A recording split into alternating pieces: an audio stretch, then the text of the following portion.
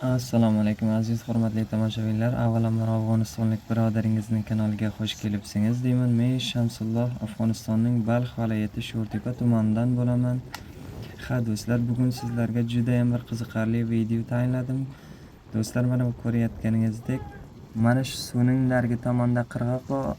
Ko'klam keldi, Oltoy yoziga mana shu qirg'oqda mollarni boqadilar va qishki payt esa egalari uylariga olib qaytadi.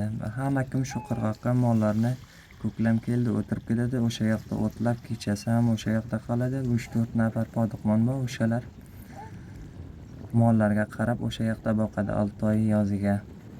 Ha do'stlar, mana ko'rayotganingizdek podiqmon akalarimiz ham kishtida kamada orqasidan suzib boryapti.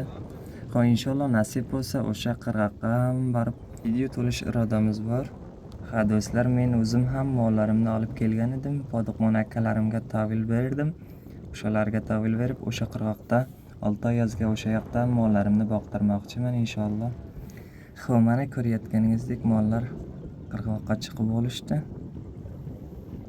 Endi bemalol o'tlab yuradi Oltoy yoziga. Xo'p do'stlar, videom shundan iborat edi. Videom sizga yoqqan bo'lsa, videomga bitta like va kanalimga obuna bo'lishni unutmang. Keyingi videomda albatta sizlarni kutib qolaman. Xayr, bo'lmasam sog' bo'linglar aziz do'stlar.